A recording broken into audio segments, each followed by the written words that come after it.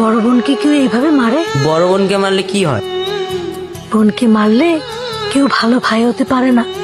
আর ভালো ভাই হতে না পারলে বোন যখন বড় হবে, ওর যখন বিয়ে হয়ে যাবে, ওর শ্বশুর বাড়ি তুমি যাবে না, তখন কি তোমাকে বড় বোন ডিম ভাজি করে খাওয়াবে? বুবু শোন না। কি হলো রে? গ্লাসটা কে ভাঙলো? না না মা, কিছু হয়নি, আমার হাতের লেগে গ্লাসটা পড়ে গিয়েছে।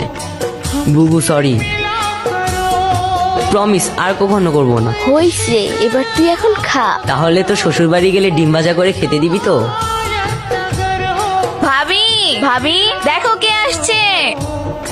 জান্নাত, কেডা এটা? আমার ভাই। তোমার বোন সারাদিন কতবার তোমার নাম নেয়, তুমি জানো না? মান্নাত এটা করতো, মান্নাত ওইটা করতো, মান্নাত এমন, মান্নাত তেমন, কত কথা যে কয়। তুমি আসছো ভাই, আমি অনেক খুশি হয়েছি। জবে থেকে বিয়ে হয়েছে, তোমার বোন কেউ দেখতে আসা তো দূরের কথা, ফোন দিয়ে একটা খবরও নেয় না। তুমি আসছো ভাই, আমি অনেক খুশি হয়েছি।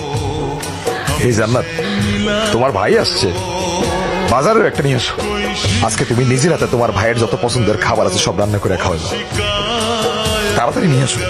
না,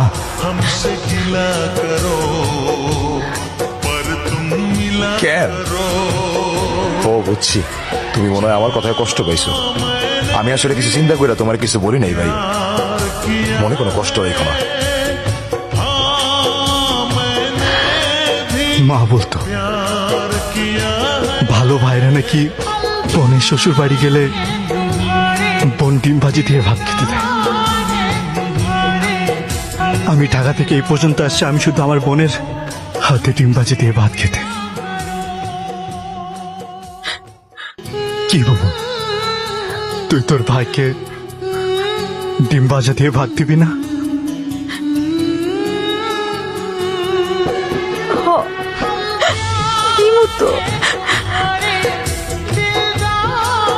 কি ব্যাপার ভাই, কোনো সমস্যা?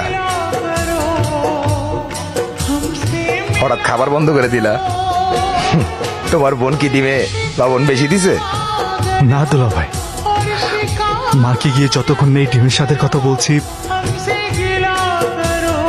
ততক্ষণ মনকে শান্ত করতে পারছি না। ডিম মজা হয়েছে। মুরগিটার মনে হয় ডায়াবেটিক ছিল, ডিমটা কেমন মিষ্টি মিষ্টি লাগে। বিখ্যাত ডিমবাজি তো, এই জন্যই বুঝি। হায় আল্লাহ, আমি মনে হয় ডিমের মধ্যে ভুল করে লবণের পরিবর্তে চিনি দিয়ে ফেলছি। বস সেই সাপ